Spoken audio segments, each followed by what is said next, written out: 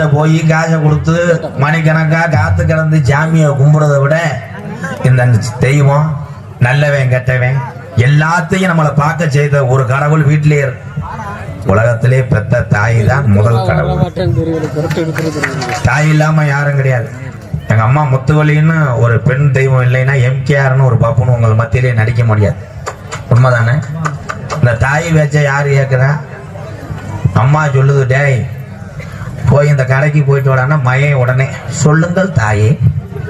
அப்படியே செய்கிறேன்.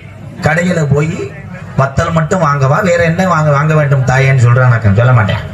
கடைக்கு போட வேலை மஜுரை பாரு, வேலை மஜுரை பாருன்னா இப்ப எவ்வளவு நேரம் வளர்த்து வச்சிருக்கேன் பாரு. இந்த கடலப்பருப்பு வைக்கிற ஆளு, ஹலோ சார், எவன் வெதர்லையும் வச்சு விடாத, கவனமா வைக்கணும். அண்ணே எனக்கு ஒரு சந்தேகம். நாடகமா கரகாட்டமாண்ணா? இல்லண்ணே, வெதர்னா கொட்டை